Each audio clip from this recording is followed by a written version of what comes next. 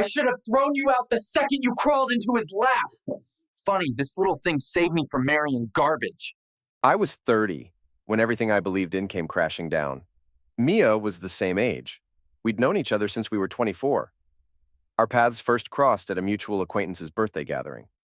I noticed her from across the room, mid-laugh, and there was an undeniable pull. She radiated an energy that lit up the space around her.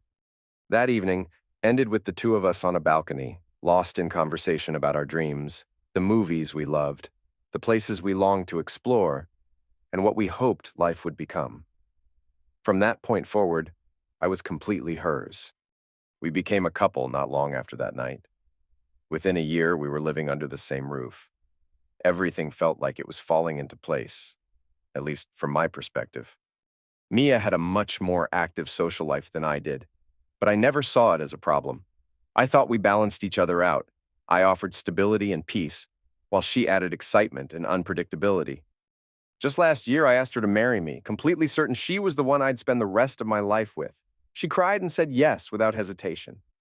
From there, we jumped headfirst into all the typical wedding preparations, visiting venues, sampling cakes, and debating small things like the necessity of an open bar.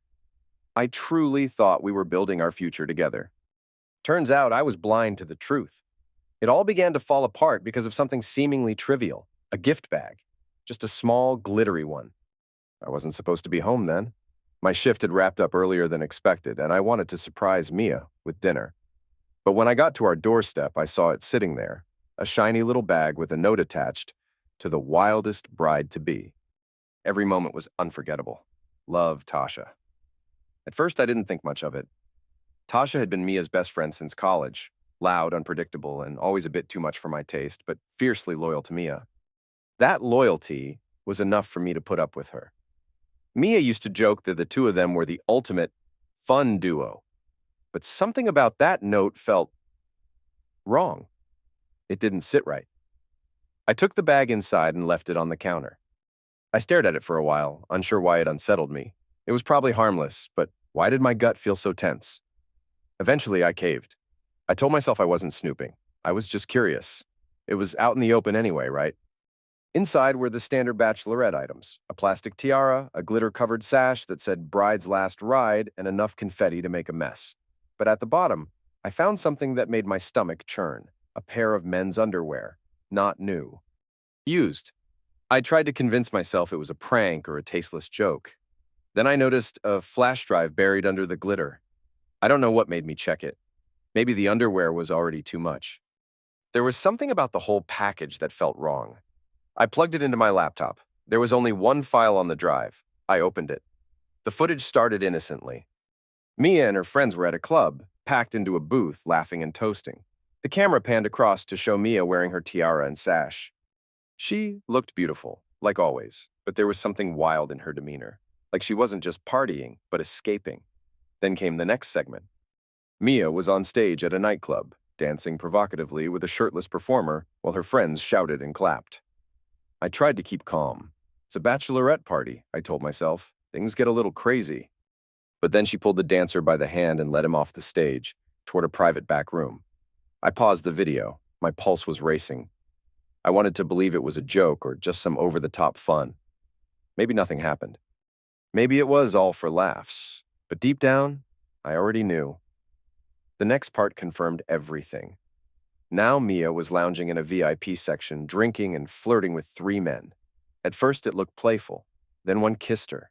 She didn't stop him. She kissed him back. Then another joined in. By the end of the clip, she was taking all 3 of them toward a hotel room. And then came Tasha's voice, loud, giddy, and narrating like she was filming a highlight reel. "Mia, you're a freaking legend. Bride of the year." I sat in silence, numb. My chest felt hollow. Who was this person? This wasn't the woman I'd held for years as she fell asleep watching cheesy movies. This wasn't the same person who once cried tears of joy just talking about raising kids together. This wasn't the Mia I loved.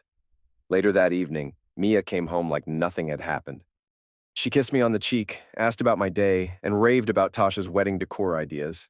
I played along, smiled, nodded, pretended everything was fine, but I was already gone inside.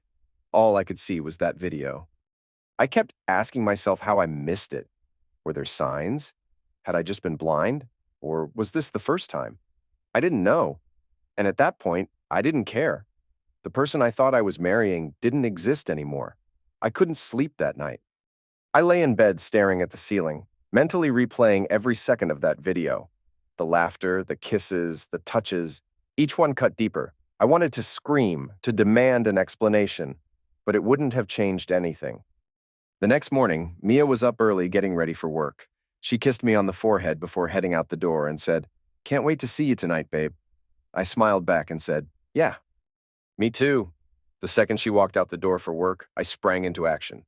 No coffee, no hesitation, no sitting around wondering what to do next.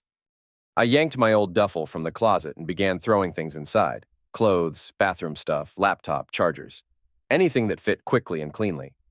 I wasn't planning a return trip, so I didn't waste a second deciding what mattered and what didn't. I didn't care about the couch or the blender or the flat screen. She could keep every single item we bought together. Let her have the apartment. I just needed to be somewhere, anywhere else. While shoving things into my bag, it hit me. I'd never done something this impulsive before. I've always been the type who organizes everything. Vacations down to the minute, project plans at work, even my Sunday grocery runs. And here I was, shoving random essentials into a bag without a clue where I was headed. All I knew was I had to leave. I pulled out my phone and started searching for a place to go. I didn't want a chain hotel. It would feel too sterile, too real. I needed quiet, space, somewhere I could breathe and think straight. That's when I stumbled across a small lakeside lodge about 2 hours away. It wasn't luxurious, but it was peaceful, and they still had open rooms. That was all I needed. I booked a week on the spot, paid in full, and didn't flinch at the cost. Peace was worth it. Before leaving, I grabbed a folder off my desk, the one that held all our wedding paperwork. No way was I footing the bill for a ceremony that was never going to happen. The venue was first on my list, so I made the call while heading out the door. "Hi, this is Ryan," I said, trying to sound casual. "I need to cancel a wedding reservation." There was a pause. Then the woman on the line spoke with that overly sympathetic tone people use when they're about to recite bad news. "Oh no, I'm sorry to hear that. May I ask why?" I wasn't about to pour my life story into a phone call, so I gave her a soft, practiced lie. "Plans changed. That's life, right?" She rattled off policy terms. 20% cancellation fees, blah, blah, blah.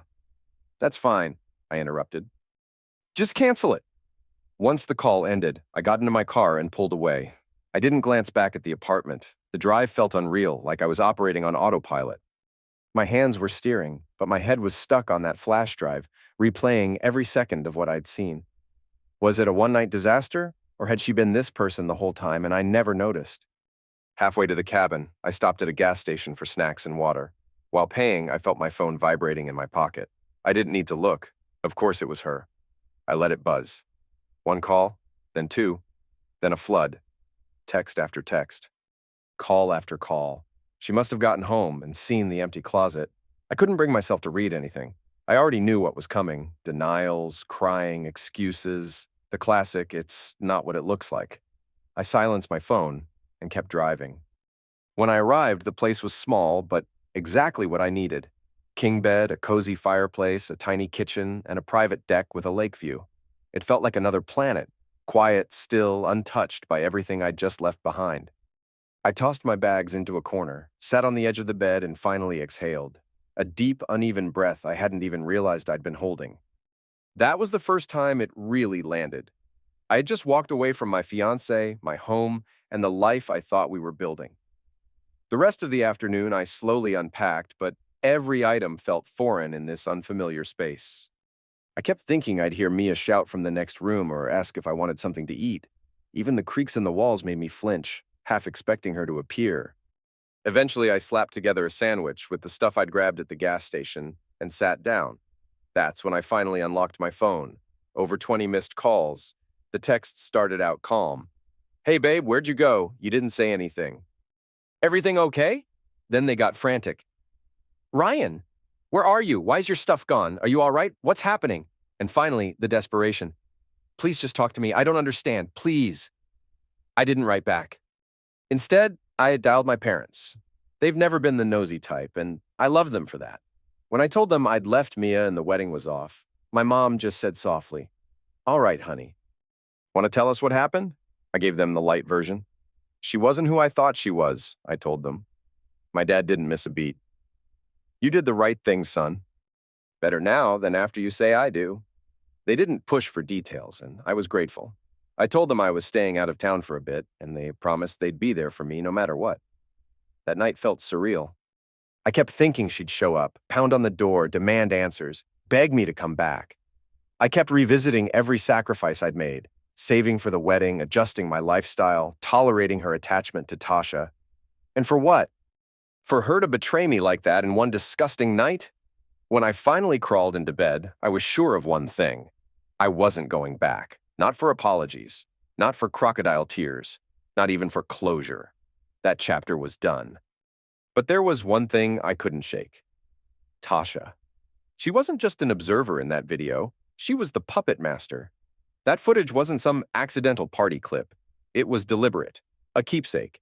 Something she was proud to have captured. And the note on that bag? You deserved every second of it. It wasn't just a message. It was a smug little confession. From the beginning, Tasha and I never clicked. When Mia and I got together, she was one of the first people from her life that I met. She talked too loud, cracked jokes that were always a little too sharp, and clearly lived for attention. Mia adored her, thought she was the life of the party, but to me, she came off as exhausting.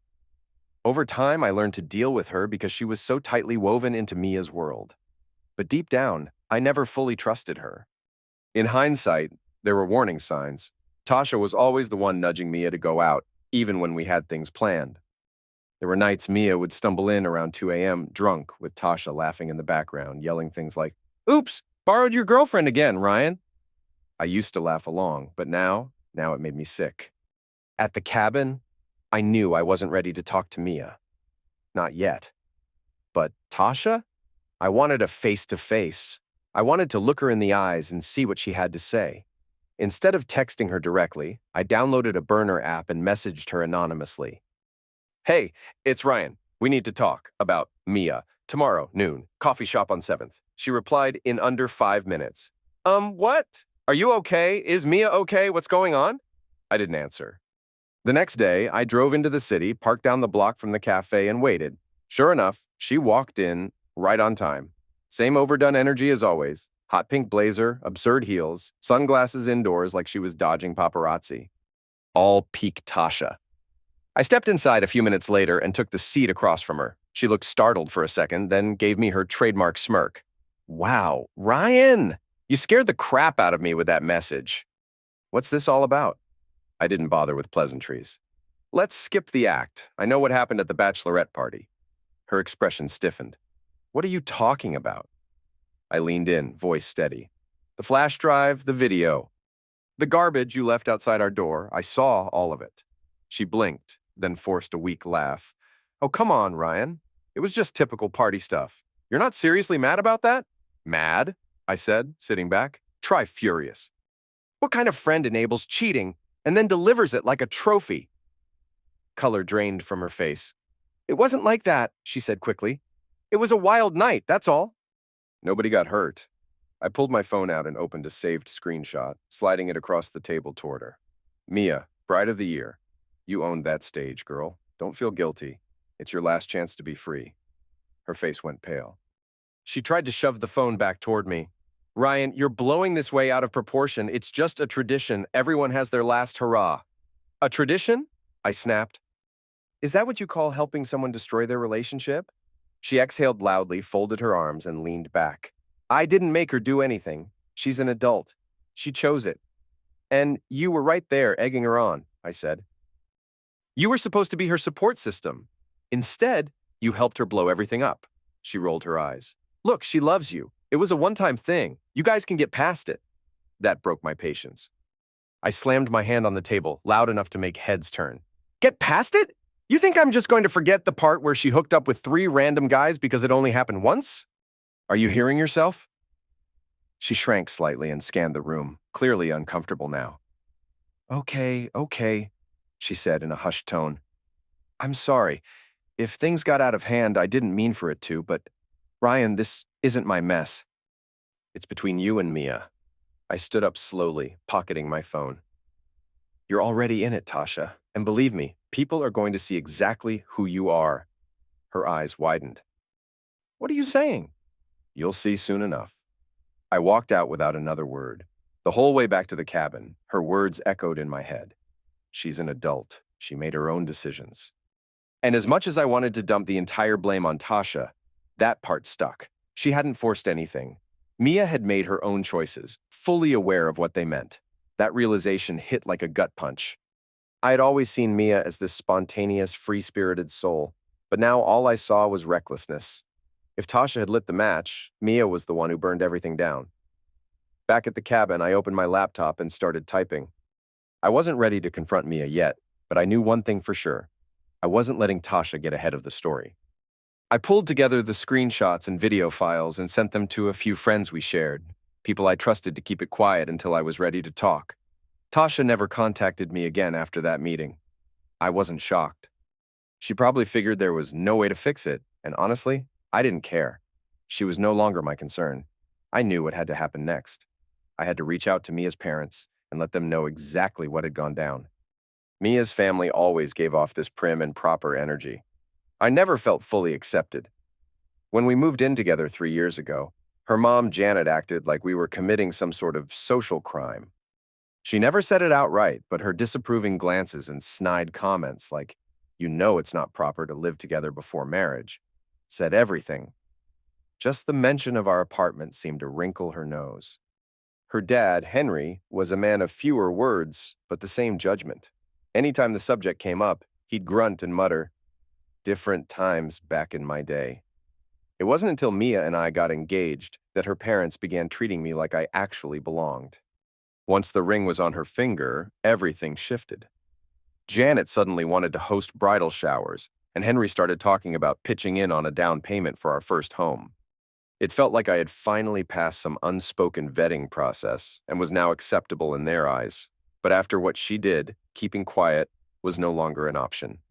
She betrayed me, and now it was time for her to face the consequences, especially with the parents who'd always acted like she was untouchable. They backed her in every way, emotionally, financially, and socially, and seemed convinced she could do no wrong. Meanwhile, the texts from Mia hadn't stopped since I confronted Tasha. "Ryan, please, just answer me. I know you're hurt, but we can work through this.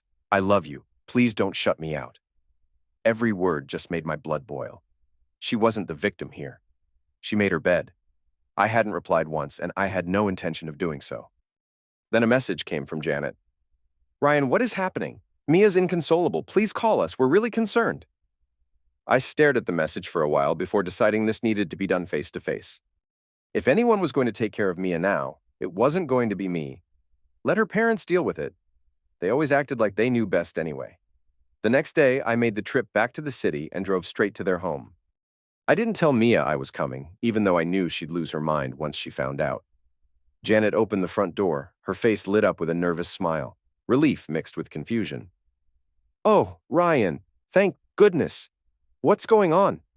"Mia's been a mess since yesterday. She's terrified." Henry was planted in his usual chair in the living room, half reading the paper.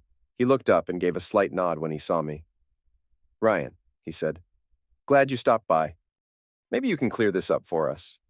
I stepped inside and took a seat on their pristine white couch.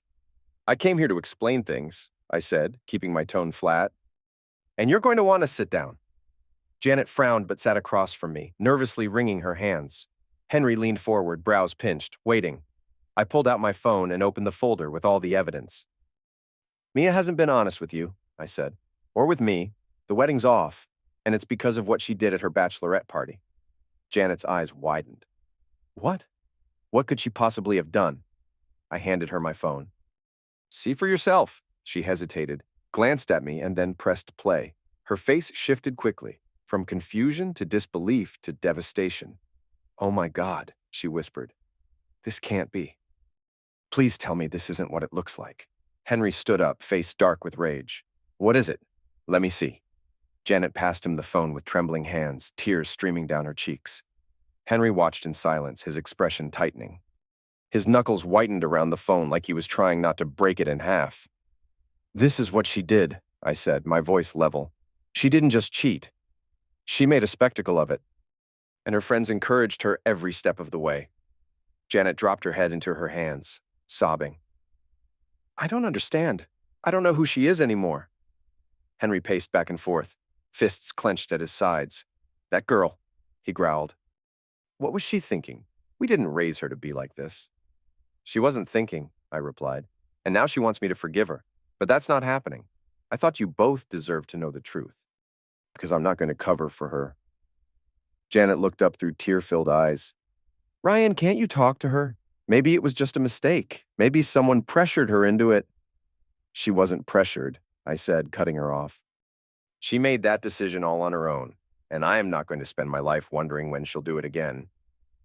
Henry stopped pacing and turned to Janet.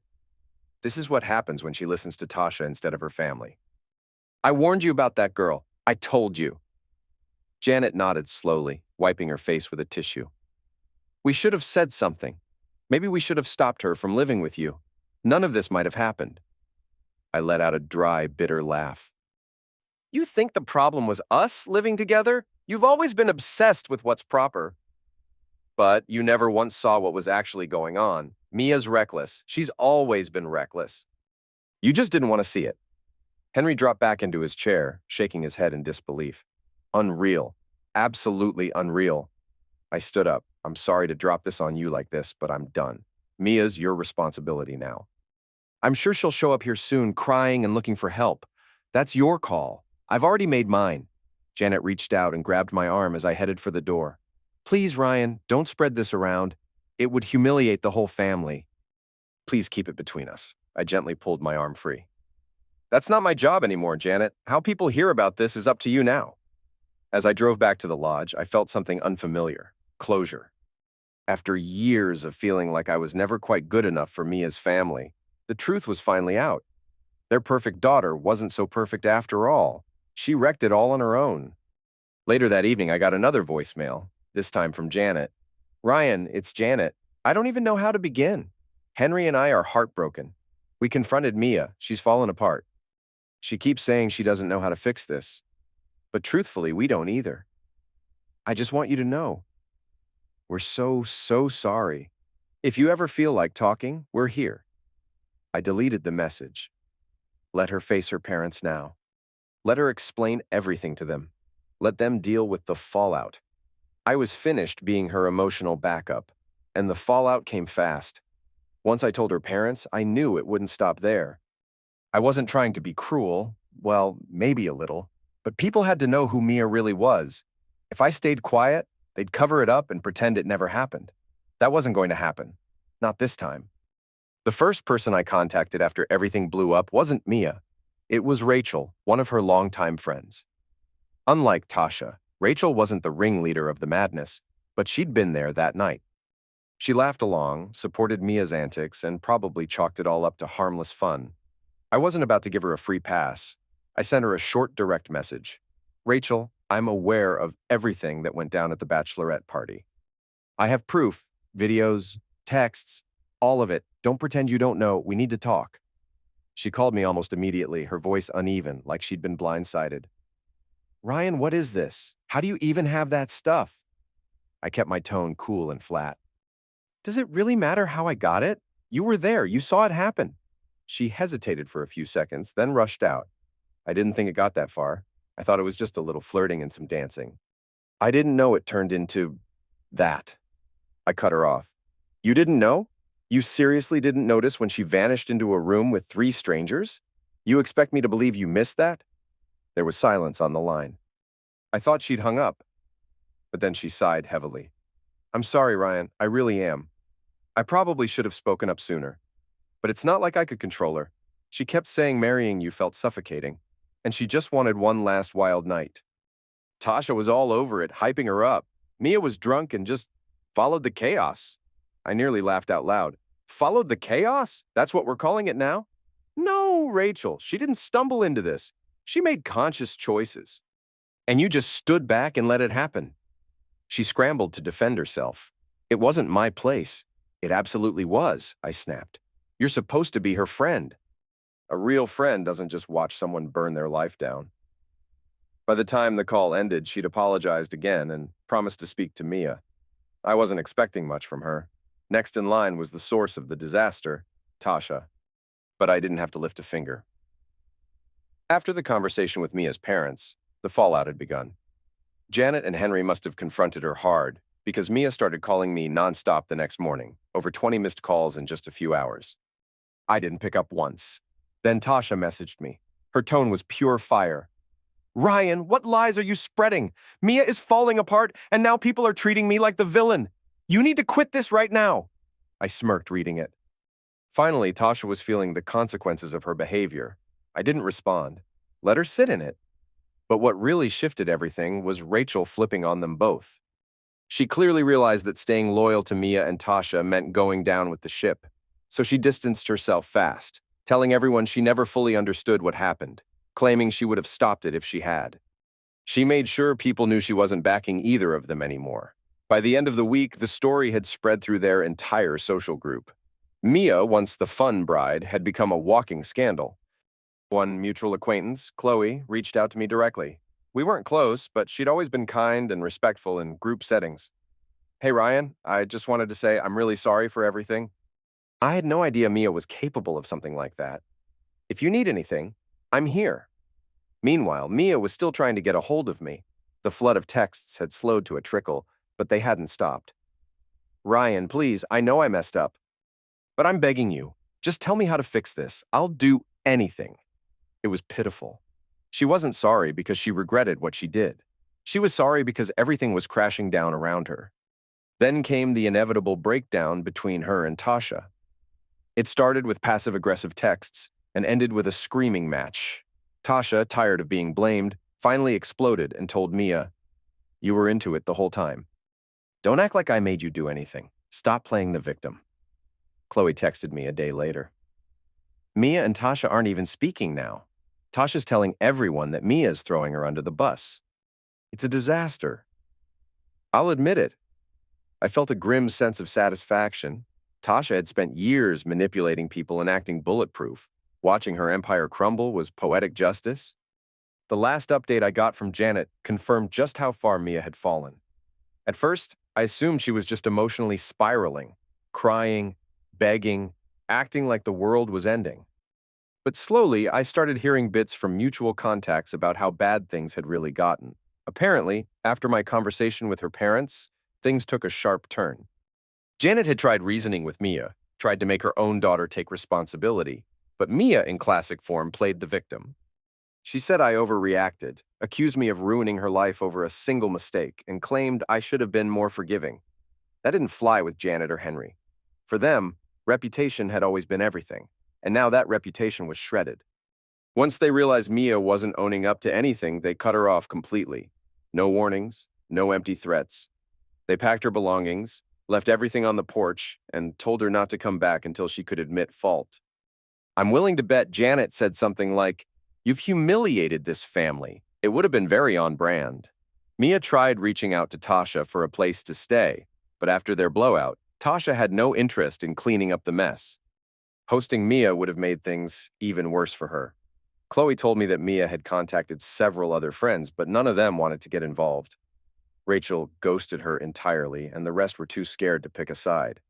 In the end, Mia was left bouncing between couches. Whoever would still let her crash for a night or two. But it wasn't just her personal life that crumbled. Her financial safety net vanished too. She'd been working a comfortable job in an office her father had pulled strings to get her into. She barely worked for it. But after everything blew up, Henry made it clear. No more favors. He wasn't going to protect her anymore. Word around the city was that Mia's boss hadn't been thrilled with her performance for a while. She'd already been flagged for being late and slacking off when it came to her responsibilities. Once rumors about her personal mess started circulating, thanks to shared friends who knew the whole story, it didn't take long for her company to decide she wasn't worth the ongoing distraction. Officially, they called it downsizing, but everyone knew better. I won't lie. When Chloe filled me in on Mia getting fired, I felt a quiet sense of closure. Not because I wanted her to suffer, but because it felt like reality finally caught up with her. She'd spent her entire adult life skating by while others cleaned up behind her. Now there was no one left to sweep away the wreckage. Eventually, word got around that she'd tried to go back to her parents. She'd shown up crying at their front door after losing her job, pleading for a place to stay, but Janet and Henry didn't budge. At that point, she had nothing left. No employment, no home, and no one in her corner. The messages she kept sending me turned more desperate by the day. Ryan, please. I have no one. I'm sorry for everything. I lost everything. My job, my apartment, gone. I know I messed up. Please just give me a chance to make things right. Tell me what you want. I'll do anything. I never replied. She wasn't going to manipulate her way back into my life by playing the victim. She had made her bed. Now she was sleeping in it, alone. About a week later, Eric, a mutual friend, gave me an update. Mia had reached out to him too, trying to crash at his place for a while. True to form, Eric didn't sugarcoat anything. Dude, she's a wreck, he told me. She was bawling, saying she didn't know where to go. But I told her flat out, this isn't my mess to clean. He wasn't being cruel. He was just done with her manipulations, same as I was. Eventually, Chloe let me know that Mia had managed to rent a tiny room in a crumbling apartment on the far side of town. She used up the last bit of money she had for the deposit, but beyond that, she was scraping by. She managed to snag a part-time job at a local coffee shop, but it wasn't enough to cover her basic bills. She's barely hanging on, Chloe admitted. I don't think she's ever hit this kind of low before. What shocked me most wasn't just how hard things hit her. It was how fast everyone walked away. For years, Mia had been the one calling the shots in her friend group. She planned the get-togethers, made herself the center of attention, always surrounded by people. But now, no one wanted anything to do with her. Tasha washed her hands clean, saying, "She's not my problem anymore." Rachel blocked her completely, claiming she couldn't handle the stress. Even Chloe, who tried to stay neutral throughout the chaos, eventually stopped responding to her messages. She'd torched every relationship she had, and now she was left picking through the ashes, trying to salvage something of a life. I'd be lying if I said I didn't feel some sense of justice watching it all unfold. Not because I wanted to see her fall, but because for once, she couldn't run from the consequences. She'd built her world on other people carrying her weight. But this time, nobody was there to hold it up. Meanwhile, I was putting the pieces of my own life back together. Each day felt like one step further from the wreckage she left behind. Mia was out there trying to restart from zero, and honestly, that's exactly where she needed to be.